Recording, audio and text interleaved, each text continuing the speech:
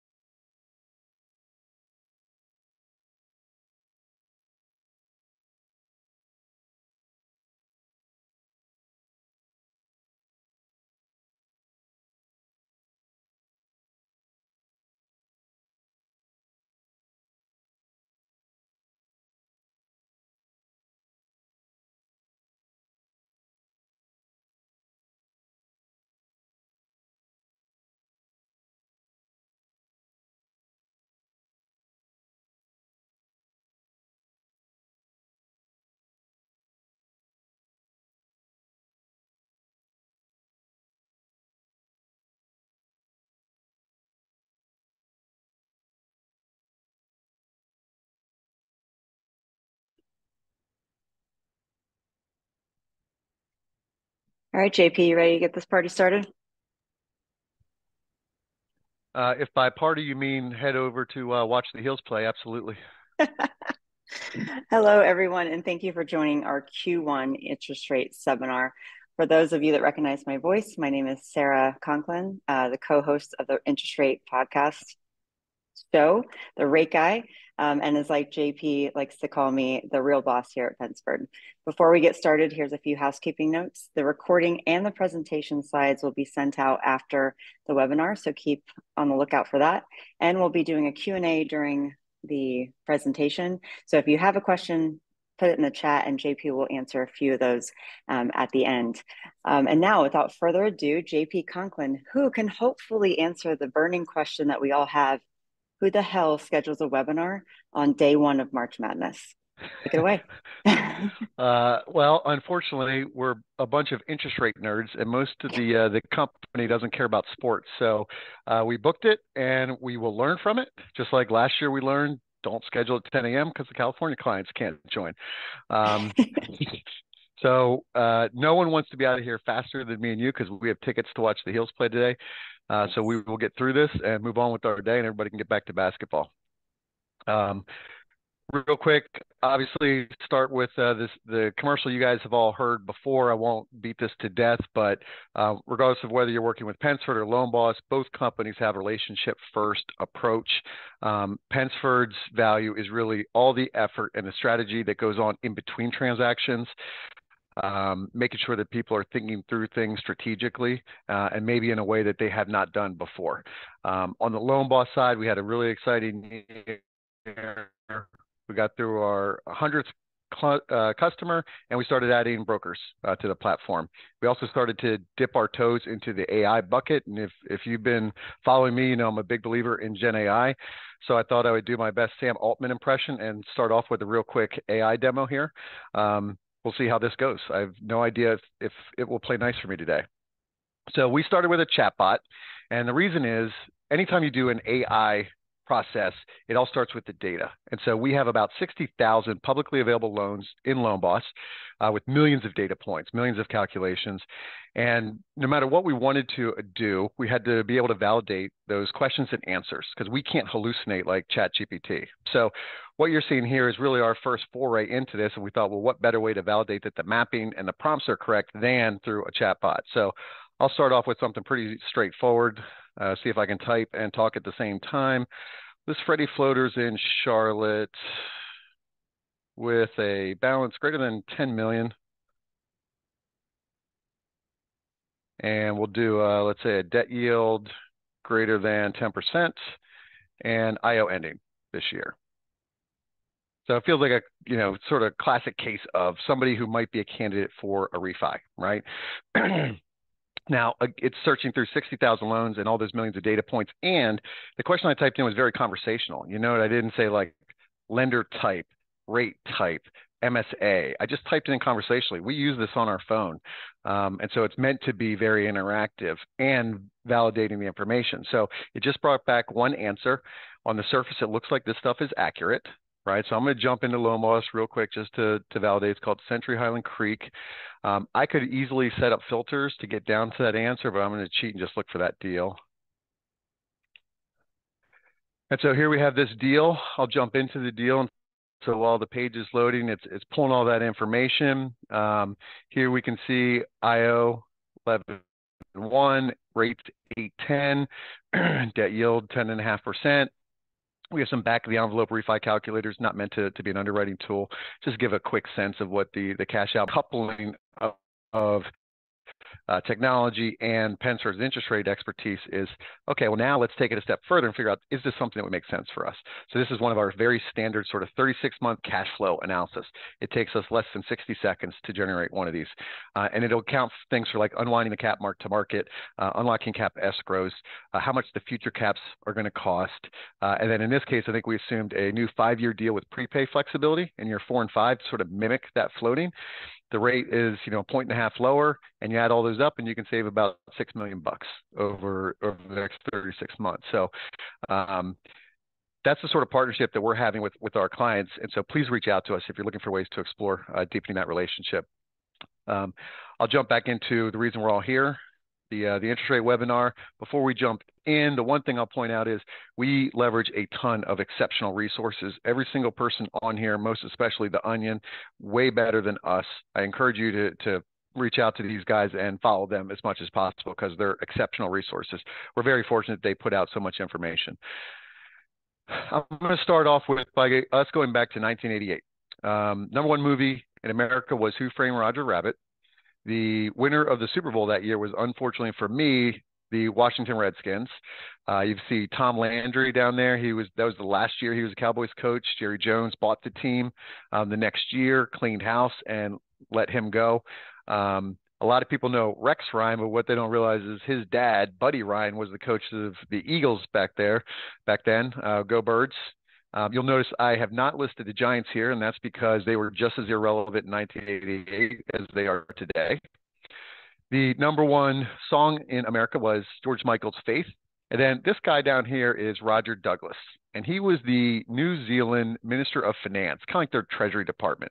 It's an appointed position. He's a politician. He's a lifelong politician. His background is accounting. It's not economics. But on April 1st, 1988, he goes on a television interview, and they ask him what he thinks inflation should be. And this was a pressing topic back then because New Zealand was dealing with double-digit inflation for 15 straight years. And inflation expectations were really starting to settle in around sort of 7 to 10%. So they ask him this question, and he says, off the cuff, with no preparation, no research whatsoever, I don't know, around 0 to 1%. It catches on like wildfire.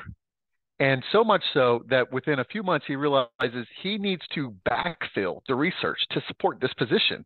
So he has his team go and create research that supports an inflation target of 0 to 1%. Simultaneously, because New Zealand's such a small country and he has so much sway, he goes to Parliament and says, you have to pass a law supporting this inflation target of 0 to 1%. In about a year, New Zealand passes an inflation target. They're the first country in the world to do so. And much to his chagrin, it was not 0 to 1%, but can anybody guess what the inflation target was that New Zealand passed in 1989? 2%. And from there on, every country in the world started adopting it. Alan Greenspan preferred it to be 0, and that's why we didn't adopt it until 2012. But it's a pretty arbitrary number. There's not a lot of research that went into it. It just kind of became the new normal. And so when you look at our own Fed, they have a dual mandate. They have price stability, aka inflation, and they have labor. And both appear on the headlines to look like they're doing pretty well, right? Concerns about CPI stalling out over 3%, possibly. Maybe core PCE is reaccelerating, particularly after January and February's numbers. And interestingly enough, the odds of inflation being greater than 2.5% a year from now are basically the highest they've been since they started putting out this index. This is a Fed index. On the job front, we added almost 3 million jobs last year. Unemployment sub 4%. You know, when I went to school, 5% was considered full employment.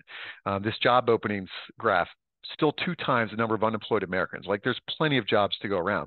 So there's a lot of people concerned that, hey, like we still have a lot of slack. We got to get out of this economy. Inflation is not going to come down anytime soon. We had a Fed meeting yesterday. I would say the most important takeaway is that the Fed is largely looking past January and February's inflation data for now. I think they basically said, hey, it didn't help, but we're also not ready to give it too much credence right now. Let's see how March and April play out. If you go back to last year, the exact same pattern happened. January and February were high, and then inflation came down pretty considerably the rest of the year. They repeated over and over and over again, they're getting inflation back to 2%. But it's going to take time. If you look at their own forecasts, they don't have inflation hitting 2% until 2026, right? What I thought was most interesting was that Powell spent a ton of time talking about the labor market. Now, he said over and over again, we're not seeing any signs of this, but any unexpected weakening could cause us to, cut sooner or more than expected. And the fact that he went out of his way repeatedly to bring up the labor market made me think they're starting to monitor this a little bit more closely. The last thing he talked on, which again was maybe a little bit of a surprise, is that tapering will begin soon. So they've been rolling off the balance sheet about $60 billion a month. He's saying we're going to start to slow that down. The ultimate landing spot, we're still going to get there. It's just going to take longer because we want this to be gradual, right? They're trying to achieve this soft landing. They also updated their projections. And what I found most interesting was the updated projections are basically where we are already, right? They say core PCE will finish the year at 2.6, and we're already at 2.8. Unemployment's going to finish at 4, and we're already at 3.9. So there's like no margin for error. There's no changes that they're basically projecting for this year, which I find very unlikely. And so I'm not sure how much stock I put in this. Maybe the most interesting point was much better GDP growth projected this year, up from 1.4 to 2.1. Powell stuck to 3 cuts this year. He said cuts are not far off. I think that maybe the January and February inflation data sort of put them on alert, but it really didn't change their plans behind the scenes. Keep in mind, the Fed tends to underestimate the amount of cuts at the start of a cycle by about 1.5 points, right? It always goes much faster and deeper than expected. Interestingly enough, 3 months ago, when we did this, the market was pricing in a near 100% chance of a cut yesterday. I was on record back then saying I think the first cut's not going to come till June, because even if they can cut in March, why would they? They seem to be given the rope, the permission from the market to delay as long as possible. Why not take that? You'll see right here, we started the year, 7 cuts were priced in, and that has basically been cut in half. We're down to 3. So the market and the Fed are finally in agreement on this. Bloomberg does this really cool sort of dovish hawkish spectrum, and the yellow dots are where everybody was July of last year, the day of the last hike, right? I don't know who this one weirdo is. They're probably the same person that schedules a webinar on the first day of March Madness. But look at yesterday's numbers. So they're starting to move left. They're starting to move more center. I think that's probably the first most crucial step towards an interest rate cut. That if they were still largely hawkish, it would make me more concerned about June as the first cut. I would say that's starting to press out. This sort of central tendency makes me think it is probably still going to end up being June. So a lot of you have seen this before. At my speaking engagements, I tell people this is the most important slide for understanding why the Fed will cut interest rates this year. And that is because with Fed funds above inflation, like here, you have a braking action on the economy. This is called real interest rates, right? They're positive real interest rates once adjusted for inflation. On the day of the last hike, that number is around 1%, okay? Since then, the Fed has not hiked at all. but rates have gone up, real rates have gone up to 2.5%. So 2.5 times the amount of breaking action as the day. They don't need to keep it here in order to get from inflation from 3 to 2, right? That's already worked to get CPI from 9 to 3. They can start to let off the brakes. They are not applying the gas pedal just because they start cutting. They're just going to ride this down lower and try to apply the same consistent amount of braking action all the way down. And so this is what I think we'll see is at minimum they cut 3 times this year, mostly just so that they don't apply too much brakes and we slam into a wall.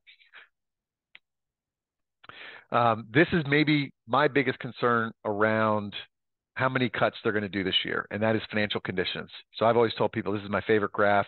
In this case, extremely accommodative levels.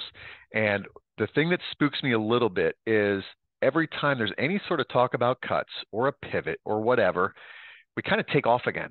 And it just makes me a little nervous that all that sort of pent up demand could be inflationary. I don't think it is, but it makes me on high alert at this point. Cap prices are back up, unfortunately. This is the graph that we started putting out last year, and just this gray bar is the day of the last hike. And then the last webinar we did said, hey, look how differently higher for longer caused cap prices to behave. That we kept thinking the Fed was going to hike again, so cap prices behaved that way. Once it was clear that they were not, cap prices plunged. But now we're kind of going in this higher for longer 2.0 here. And so cap prices have rebounded. I think this is overdone. This will come back out in the next couple months. But for now, they've gotten painful again. Once we get to that first cut, and that cut is like a known quantity, you'll see these come back down. Then it will start to be driven more by how many cuts are we expecting? Is this a once and done thing, or are they probably doing 3 to 6 cuts in the next 12 months? Fixed rates, the front end of the curve, markets got coming down pretty considerably, basically 1-for-1 with the cuts. The long end of the curve is basically not changing at all. We're at 428, 3 years out, 414. Like the market has no clue what's going on, which is especially odd when you consider how volatile 10-year Treasury yields have become to data points. And that's because the Fed keeps, stressing that they're data dependent, which forces traders to say, well, then I have to react to every single piece of data. I wouldn't be surprised to see Powell try to decouple themselves a little bit from that data dependence just to see if they can calm markets down. But it's weird to me that for the next 3 years, we're almost flat on the 10-year Treasury, yet day in, day out, we're seeing wild swings just because everyone is so data dependent. One very simplistic way of kind of guessing where the 10-year Treasury should be is, well, where does the market think Fed funds is going? Because the spread between the two is about 1.25 points historically. And so if the 10-year Treasury is at 4, kind of implies 275 on the Fed funds. If it's at 4.25, like it is today, it kind of implies 3% Fed funds. And that's pretty typical. Like you see the 10-year Treasury move in advance and then recalibrate as expectations change around that final landing spot. So we've talked to some clients who say, hey, I think the 10-year is going to be down at 3% this year. Totally makes sense if you also believe the Fed funds is going to 175. If your argument is, I think Fed funds is going to 3 and the 10-year Treasury is going to 3, I'm going to push back. But if it's, no, the wheels are going to fall off the economy, the Fed's going to cut to 175, that's a valid argument. I do think people should be prepared for the 10-year Treasury being north of 3.5% for the foreseeable future, unless the wheels totally fall off the economy. I think, 4-ish percent, 3.75 is probably a pretty reasonable number for the foreseeable future. What we're telling our fixed rate borrowers who are trying to time the market is, hey, I'm way more worried about sort of lending risk than I am rate risk. I don't know how much pickup you're going to get from the 10-year dropping this year. I do worry, will lenders change their appetite?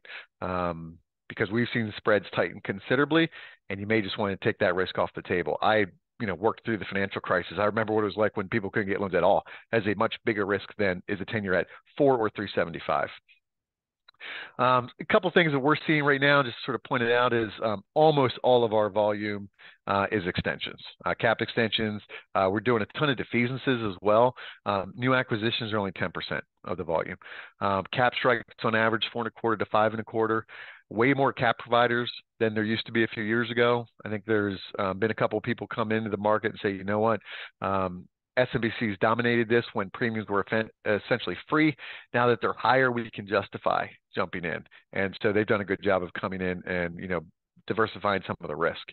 Some of the unique hedging strategies, two of them are about, I'm worried about rates coming down the minute I do something. So if I'm signing a new term sheet and I think I'm going to lock in the rate, I'm worried the bottom's going to fall out and I'll miss out on that, right? Or I'm moving towards the closing. I'm worried about my defeasance penalty moving against me. I want to hedge against rates dropping after I sign this piece of paper. There are ways that we can help with that. And then on the floor side, still a lot of people saying, you know what, I think rates are coming down. Let me buy a floor out before they get too expensive. So Mark Twain famously said there are three kinds of lies, damn lies, and statistics. And as I reviewed all the newsletters I've written over the last 6 months, I realized how true that rings, because either side can pick and choose whatever stats they want. And so I thought we'd try to have a little bit of fun with that today. And, maybe we'll incorporate some sports graphs that will also make fun of how we measure those things. I figured we'd start with lies. I'm going to dip my toes in the water a little bit here by saying lies-ish, because I don't think anyone at the Fed intentionally misleads us. But just because they're not talking about cuts doesn't mean cuts aren't coming, right? They have a track record of not predicting when cuts are coming. So they're doing the best they can, but I don't take anything they say at face value when it comes to when they're going to be cutting. They generally really underestimate how much they're going to be cutting pretty badly. I mentioned earlier the Fed, the financial conditions, pretty accommodative. That's one measure. This is the Fed's measure. This is how they measure financial conditions. Powell was asked this question yesterday. I thought it was a great question. And she said, do you worry about financial conditions being accommodative and therefore you can't cut rates because you'll overheat the economy? And he said, no. We believe financial conditions are restrictive, and they are deeply restrictive. And so we have the ability to lower rates without really pressing on the gas pedal at all. R star is going to be an important topic in the years ahead. This is, think of it as sort of like the neutral rate. You take this R star rate and then you add on inflation to sort of solve for the implied Fed funds rate. The Fed sort of implies that R star is about 0.6. So they believe inflation's long run is 2%. That sort of implies 2.6% on the Fed funds is the long-term number. I actually think it can be higher than that. I think it's probably more like 3%, 1% plus 2%, or some combination thereof. If you think inflation is going to average more than 2%, you believe R star is going to be higher, and the ultimate landing spot for Fed funds will also be higher, 3.5%, maybe even 4% for some people. The Fed does not believe that right now. What we don't know is how much of that is just rhetoric to make sure that people don't freak out, and how much they genuinely believe that Fed funds is going back to 250 over the long run. I said that Mark Twain said that, but actually he attributed it to British Prime Minister Benjamin Disraeli, which just goes to show you can't even take a quote about lies and damn lies seriously. Talked earlier about the Fed pounding home the message, the 2%. They can't abandon that because it'll hurt their credibility. And I like to poke fun at the Fed's credibility just as much as anybody. But the reality of it is they have a ton of credibility with the market. And if you're not sure about that, just look how effective the phrase higher for longer worked last year, right? Look how effective it's working right now. They have a ton of credibility. You can't change the rules of the game while you're still trying to win the game. And so they're stuck with this right now. I would also say do not overreact to January and February CPI reports. They are notoriously noisy. It was made more so by this bright yellow box, which is an email verbatim that the BLS sent to alleged super users. I don't know how we got left off this list. I was devastated. But they basically said, hey, we changed the weighting of the shelter component, and that's why the number was so high. And then they followed up with this, and they said, we didn't mean to send that email. We're trying to retract that email. Will you please let us retract it? And then users, of course, said, no, I'm not letting you do that. And then they said, fine, disregard that email. Pretend you never got that email, which users also ignored and promptly ran to Bloomberg so that they could print it. So that is an email, a verbatim email that the BLS sent to their super users of inflation data, saying we basically increased the weighting dramatically. That's why January popped so dramatically. That's why the Fed yesterday said, hey, it's noisy. We're not putting too much weight in it. We're not celebrating, and we're not ignoring it. We're also not giving it too much weight.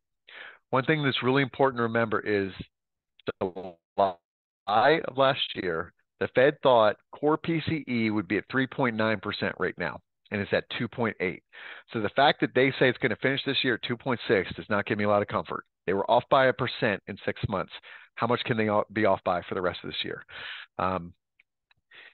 Question is inflation reaccelerating? And the answer is it might be. Now, the headline data is not going to catch up for probably 9 to 12 months. So I think we're going to see inflation continue to fall this year, even if more sophisticated measures say, hey, we actually are rebounding, right? We've hit 2%. That Penn State Alternative Index I like to cite bottomed out in August, and it's actually been starting to climb back up again, right? Before the change to that weighting that we just talked about on the last slide, core PCE was dropping almost 0.2 of a point per month. It was like clockwork. It's kind of why I was so certain that core PCE would be at 2.5% by this summer, right? Since that weighting changed, it's only been dropping by 0.1%. It cut it in half almost, right? So I could see core PCE having a much slower trajectory over especially the first half of this year until that survey gets taken again.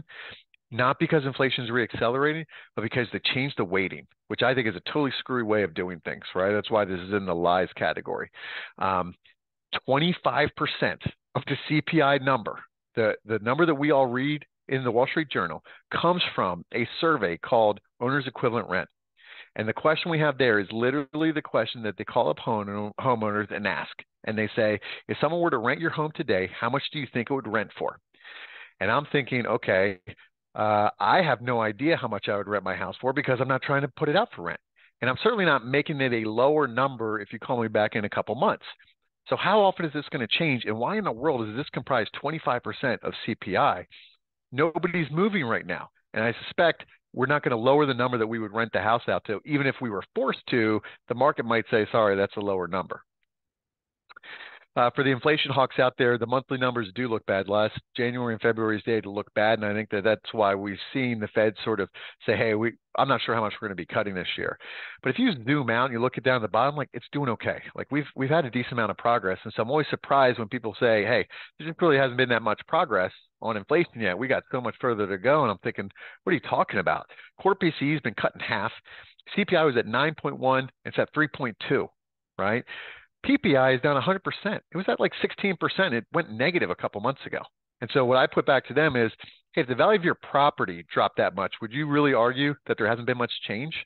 For those of you who don't read the newsletter, I've got this ongoing wager with one of my best friends in the industry, who I refer to as JMO here, core PCE.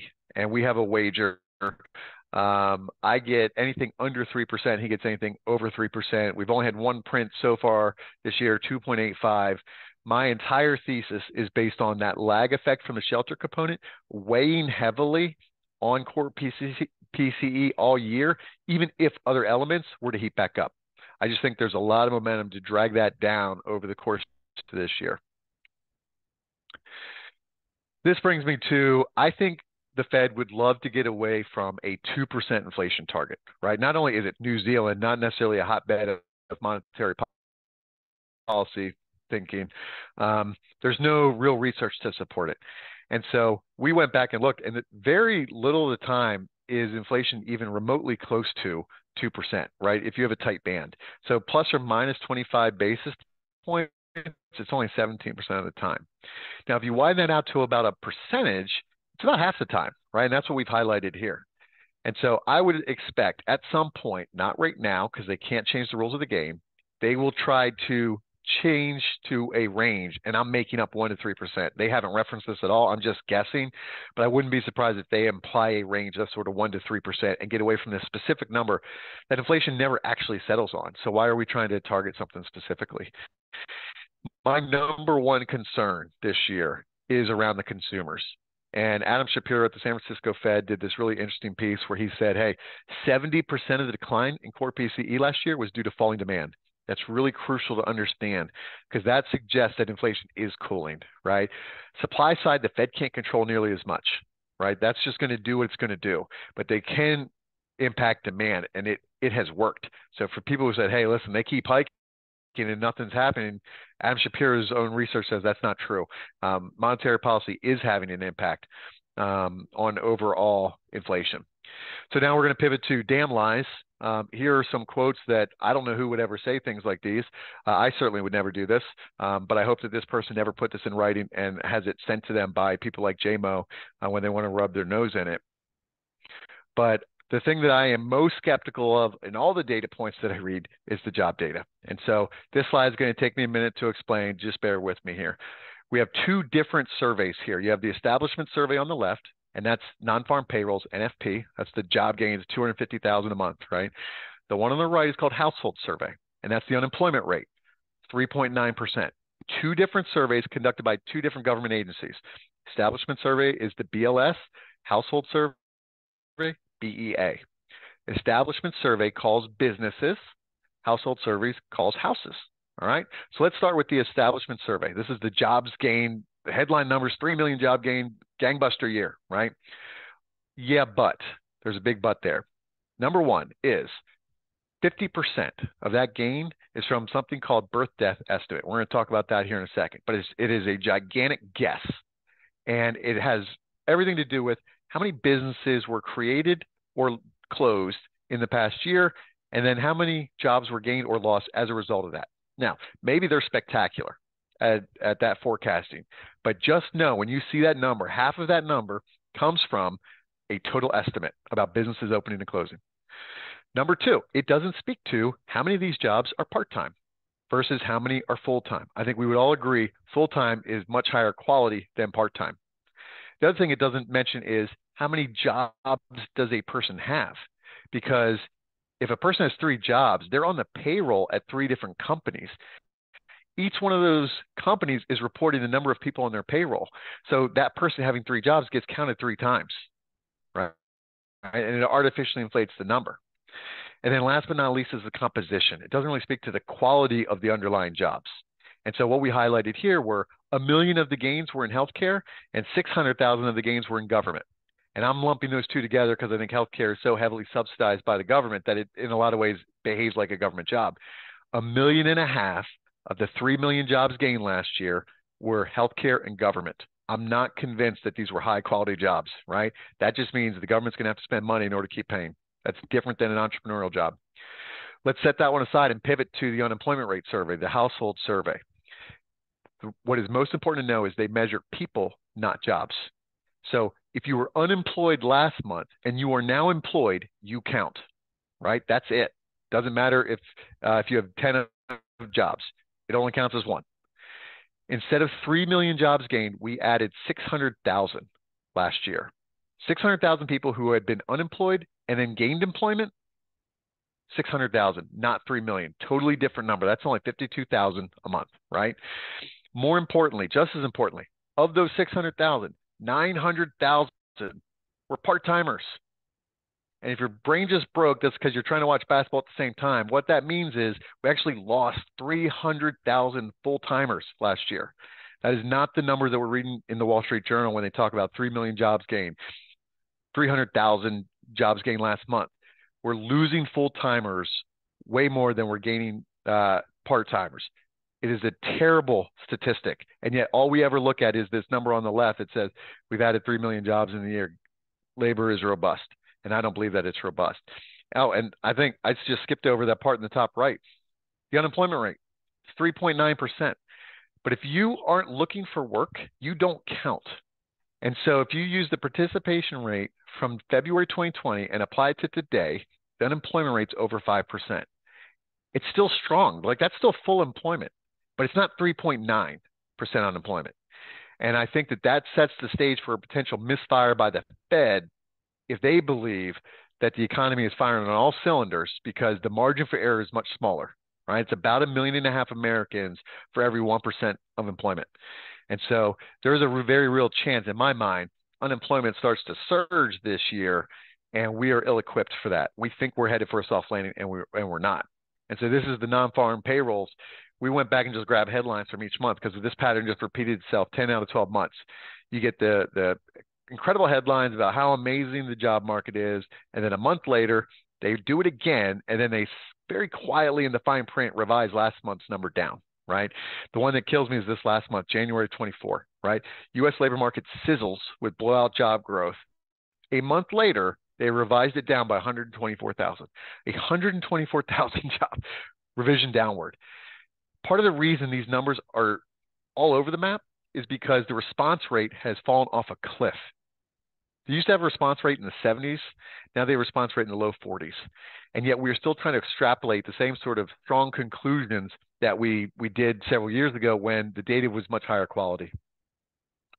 And it turns out Prime Minister Benjamin Disraeli didn't say that quote either, right? It actually doesn't show up in any of his writings, and it doesn't show up anywhere until after his death. So we're pretty sure he didn't say it. But then there's about 6 or 7 people who might have said it. So even when we try to peel back that onion, we can't figure out who actually said this quote. This is this net birth death adjustment. And here it shows over the years how much of this is just a guess. And there's no great correlation. Like you can see in the recession years, it tends to go negative, but it's not predictive in any way. But what I will highlight is in the bottom left-hand corner, that BLS stopped saying how accurate these numbers were, right? So for the last 10 years, we have really no clue year after year how accurate these numbers are, and yet they make up 50% of the overall jobs gained each year. SMBC has done a lot of great research. If you don't get their research, you guys should definitely reach out to them. It's awesome. Their research team does an exceptional job. And they have some of these different sort of labor momentum indices. And as you can see, there are a lot of warning signs here. And it makes me think this is part of the reason why Powell is starting to address this a little bit more proactively. And so that leaves us with statistics. 60% of the time, I'm right every time. I thank Sarah for the Photoshop with that mustache. I could try to grow a mustache for 30 years and I couldn't grow one. And I certainly don't have hair like Ron Burgundy. Fed has a dual mandate, but they also have a super mandate, and that's financial stability, right? And a year ago, SVB was collapsing. They rolled out this term funding program. We've been talking about it forever now. The balances should have started to get paid over the last week, 2 weeks, and they're not. The balance has not dropped. I've been telling people in the newsletter, like, keep an eye on this number. If everything's totally fine and banks are repaying the balances, this number is going to come down, and it hasn't. And we even checked this morning. So that tells me the only way the balance has not dropped, because the loans had a 1-year maturity, the banks re-borrowed the money. So if they had borrowed $50 million or $100 million a year ago, that maturity was coming up. They knew that. They went and they re-borrowed that $100 million and pressed the reset button on the 1-year maturity. They're just kicking the can down the road. And this will have to be dealt with at some point. But that number not coming down, to me, is not a great sign. It's probably helping liquidity. It's giving regional banks time to sort of shore up their balance sheets even more. It also is a signal that, hey, maybe they're not as strong as we think, right? And a lot of that real estate risk is concentrated in the smaller banks. I don't have any concerns about the huge banks. I think that they're essentially GSEs at this point. I do think that the smaller and maybe regional banks do have exposure on there. And the term funding program, which was really started to handle treasury mark-to-markets, is now being used to maybe sort of get us through this window of dealing with some commercial real estate workouts. Treasury liquidity is drying up a little bit. It's not out of control, but it's enough that the Fed said yesterday they're going to start tapering, and that's a big deal. So they've rolled off about $1.5 trillion. They want to do another $1.5 trillion. We're doing about $60 billion a month. My suspicion is at some point in the next 3 or 4 months, they'll start to back that down, right? Maybe they go from 60 to 40. All they're trying to do is make sure that they don't cripple liquidity in the market, right? And when we talk about liquidity, the one that cracks me up is last fall got like no attention, and they haven't officially done it yet, but they said they're going to, is this treasury buyback program. And what they do in order to ensure liquidity in the market is they go to banks and say, if you have illiquid treasuries, less liquid treasuries, we'll buy those from you. If you pinky swear promise to use that money to buy treasuries at our new auctions, right? And therefore it feels like the market is liquid when really it's just the Fed pouring money into the system. I'm glad that we haven't had more bank failures, but I'm also a little surprised that we had 3 of the 4 biggest bank failures in this country's history, and we've all just kind of moved on as if everything's fine. I was at Wachovia when we went under. We went under like 15, 16 months after Bear Stearns. And so these things can take time to play out. That $167 billion is probably helping, right? And maybe that's going to get us through this. But I'm just a little bit cautious about the strength of the banking system, particularly the smaller and regional banks, and what that might imply for sort of lending appetite. Up there at the top, you'll note that we did a study, and we found that Duke has never won a championship in a year where they were consistently tripping their opponents. We did, however, find a great correlation between them crying every time UNC drops the hammer on them, which was twice this year for anybody who's counting. I said my number one concern is the consumer. Here's why, right? That the San Francisco Fed, Adam Shapiro, did this great study where they said, okay, leading up into COVID, this vertical gray bar is how are real liquid assets behaving. The dash line is how it would have trended absent COVID. The blue line is what actually happened, right? No surprise, liquid assets spiked, but are back below trend. That's not a great sign, okay? Look at savings accounts plunged well below trend, which is so odd because interest rates are north of 5%. You would think savings account would actually be up quite a bit. And the reality of it is because everybody's leaving their money in the checking account because they want to spend it. And this is what makes me nervous, that consumers are spending money because it was handed to them. And because they have not yet started to lose jobs, they're just shifting their spending to credit card debt. And that credit card debt is now over $1 trillion. And it's at an interest rate that they've probably never experienced in their lifetime. This effective household borrowing rate tries to account for low fixed rate mortgages. So if you have your mortgage locked in at 3%, you're like, overall, I'm doing okay. Yeah, some of my credit card bills are higher, but I'm okay. This accounts for that. And the average effective household borrowing rate is north of 9% right now. At the same time, the credit card debt has spiked. And so I think that really what's happening is people are still spending because they still feel okay about their job prospects. But if you take away those job prospects or people start to lose money, I think the dominoes start to fall pretty quickly. And we're seeing some uptick in 401k hardship withdrawals, and car loans are upside down to the tune of about $6,000 on average. I'm really worried about how the consumer is going to behave this year.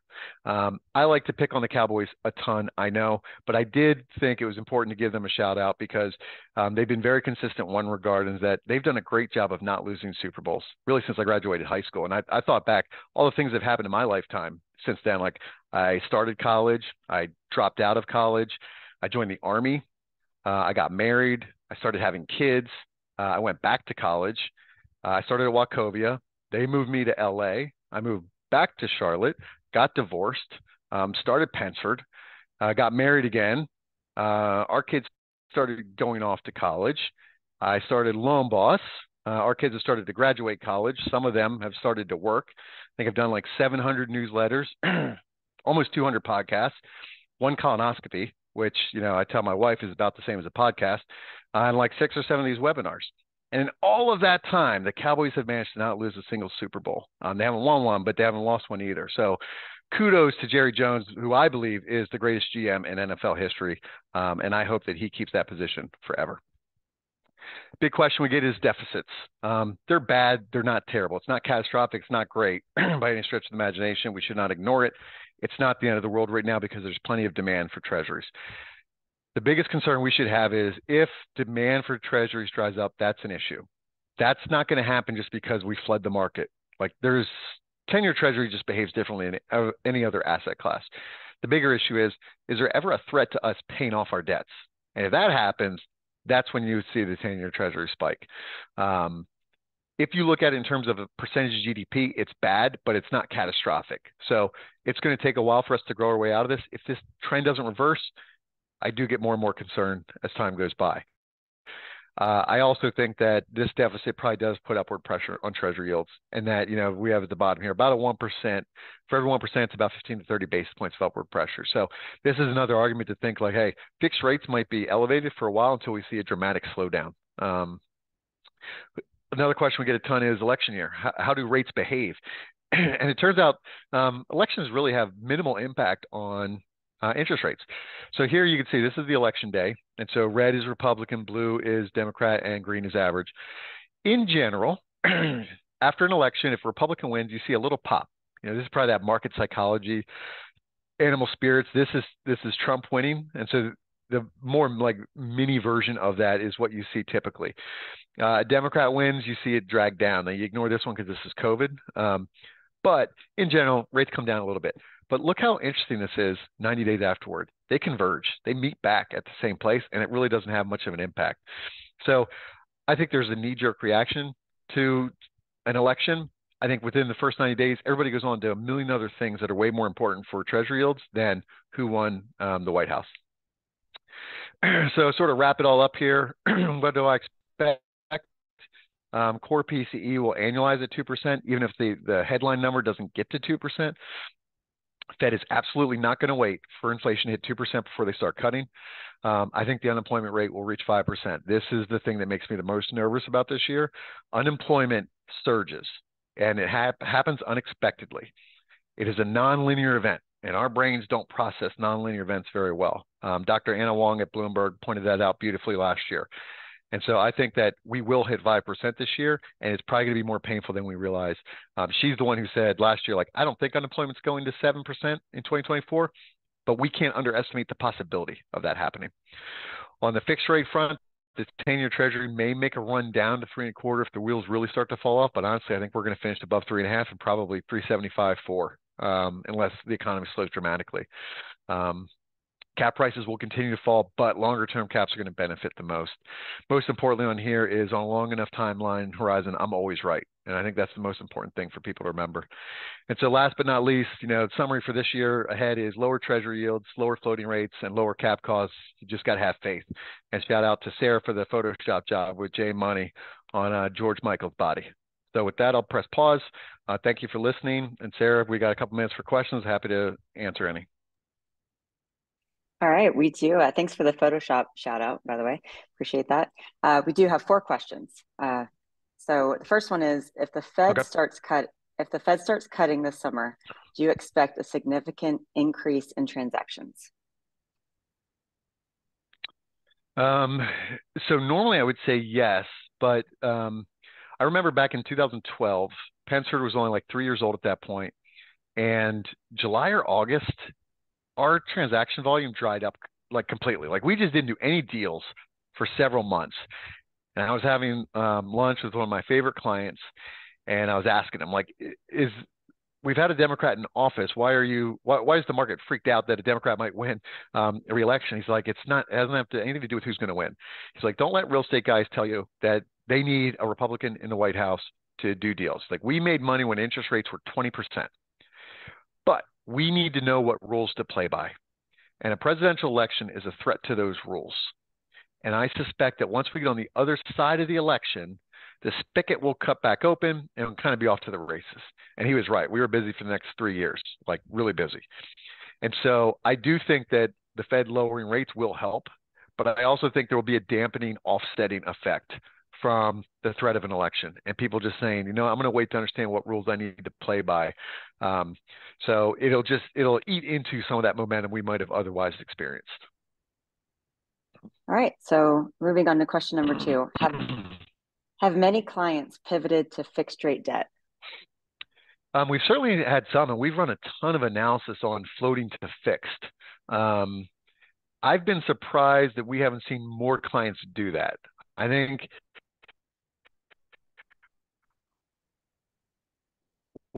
what this has shown me is people who doesn't philosophy that floating rate debt and the flexibility that goes along with it and the expectation that the Fed is cutting this year is better for our business strategy. So we definitely have some clients who have done that. I've been surprised it hasn't been more. I would say the majority of our clients who were floating have remained floating. We have not had many people say, I'm never doing another floating rate deal again. Number 3, let's assume you're wrong about 5 cuts this year and they only do 2 or 3. How would that change your outlook for 2025? All right, so they cut less this year. Does that change what I think for next year? And I guess, yeah, that's a good question. I'd say the answer is we end up year-end 2025 probably at the same place regardless. It's just a matter of, do those come this year or next year? And so if I'm wrong and they only do 3 this year, which I think is totally reasonable, I don't think that's an unreasonable number. What that makes me think is they'll probably do 2 more next year than I would have otherwise expected. So if I thought next year was going to be 4 cuts, maybe they do 6. And year end 2025, we end up at largely the same place. I mean, you got to remember, Powell has made clear they think interest rates neutral is like 2.5%. So even if they're wrong, let's say it's 3%, we're at 550. They have a lot of cutting to do to get down to a more neutral level. Anything before then is considered restrictive. It's considered putting the brakes on. They're not going to let that happen forever. And I suspect at some point, job losses will start to pile up, and that will accelerate the cuts. So if we only see 3 cuts this year, I suspect what that means we'll see more next year. And it probably decreases the likelihood of a soft landing because it means they were too slow to let off the brakes. And last and most importantly, who do you have cutting down the nets? Oh, Tar Heels, obviously. Go Heels. And I don't know. Can you see my sweatshirt? We're heading to the game as soon as this is done. So let's get out of here and go watch the Tar Heels. Let's go. You guys, thanks for joining us. I hope you enjoy your March Madness. I hope your bracket doesn't completely break the first 2 rounds. But that's the fun of it, right? Cool. Thank you, guys. Thanks. See you next time.